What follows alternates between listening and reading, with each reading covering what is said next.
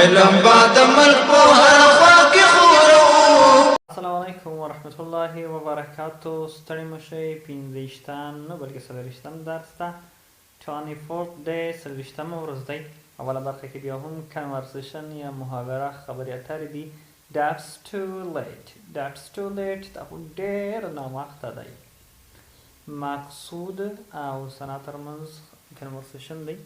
ثنا: Would you like to get something to eat with me? Would you like to get something to eat with me?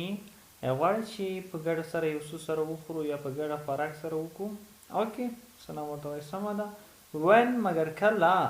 مقصود: at 10 o'clock. at 10 o'clock په 10 بجې. ثنا: 10 in the morning. سهار 10 بجې. 10 in the morning د سهار 10 بجې. مقصود: no at night د شپې 10 بجې. په شپه کې at night په شپه کې. ثنا: sorry وبخئ. that's too late. دا خو ډېر ناوخته دی. I usually go to bed around 10. زه خو اکثره وخت په 10 بجې وده کېږم یا خوب بیډ ته ځم. مقصود: اوکې سمه ده. how about 1؟ د 1 بجې په اړه کې څه فکر کوې؟ 1 بجه څنګه ده؟ ثنا: no that's too early. that's too early. دا خو ډېر وختي ده. I will still be at work then. دلته خو بیا زه چې یم په دې وخت کې کار کوم یا د کار په ځای کې یم.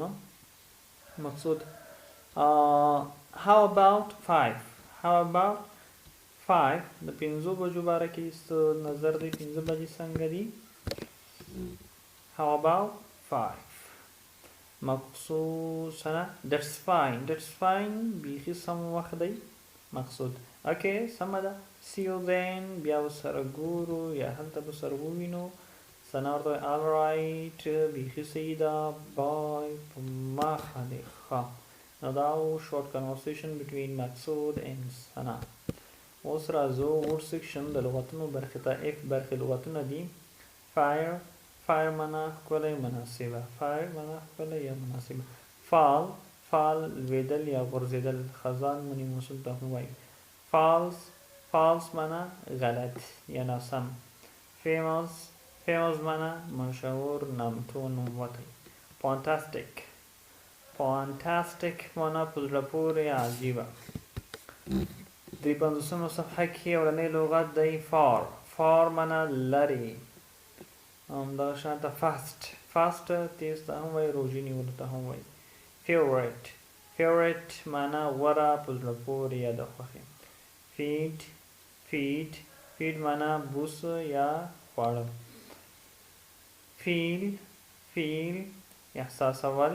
feel معنا احساسول، دغه شانته رسېدلو ته هم وایي. field معنا میدان یا ډګر. fight جګړه. final آخرنی یا وروستنی. find معنا پیدا کول. fine معنا ښه ته هم وایي او جریمه کولو ته هم وایي. دا و د نن ورځې لغتونه. راځو ګرامر سیکشن د ګرامر برخې ته. the usage of it د استعمال ځایونه چې د it کوم ځای کې استعمالوو. it is used for something animated. it is used for something animated. it کولی شو چې د بېجانه شیانو لپاره استعمال کو. هغه شیان چې سان لري، قلم ده او دیوال ده او ور ده او کړکۍ ده. it is a chair د یو چوکۍ ده. نو chair څه شی دی؟ بېجانه څیز دی. نو it ورته استعمال دی. it can be used for animal when we don't consider them gender. کولی شو د حیواناتو لپاره هم څه شی کو؟ استعمال کو. څه شی؟ it. لکه it's the dog د یو سپی دی. it can be used for the people in the photos. it منګه د هغو اشخاصو انسانانو لپاره هم استعمالولی شو کوم چې په انځور کې وي یا په تصویر کې. for example who is this in the picture؟ دا تصویر د چا دی یا په تصویر کې د کس څوک دی؟ او د it is علم. he is علم. په ځای it is علم هم ویلی شو. it او څلورم it sometimes can be used for small babies.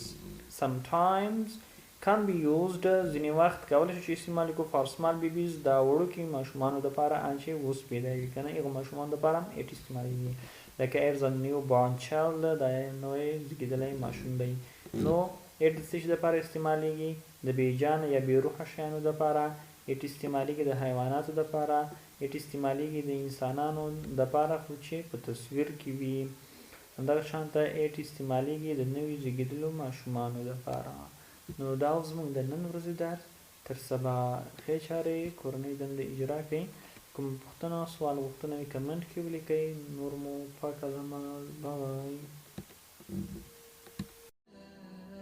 لا لیدلو مو ډېره مننه د نورو ویډیوګانو لپاره زموږ یوټیوب چینل در سره سبسکرایب کړئ